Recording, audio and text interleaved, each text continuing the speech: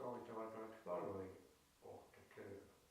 Kuigi mitte, et ma istuks ja ma pole kõiki töid olen elus hästi teinud ja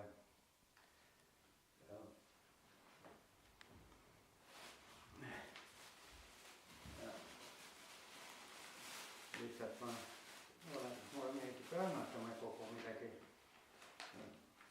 Kõik asjad mul on olemas, mis vaja ja alkoholi tarbi enam.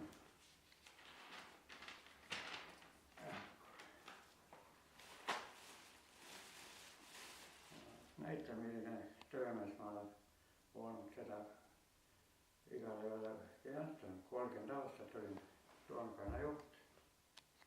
Ma olen väga palju ehitanud ja teeks veel midagi, lihtsalt et pensionist nagu tuleb välja, aga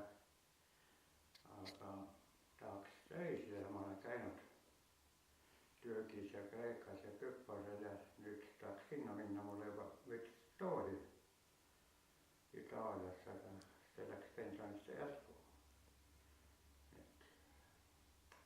Et isegi see palk ei ole kõige tähtsam, peaasi, et on mingit tööd ja mis konti mulle ja kuigi ma ennast nii vanana ei tunne, kui ma olen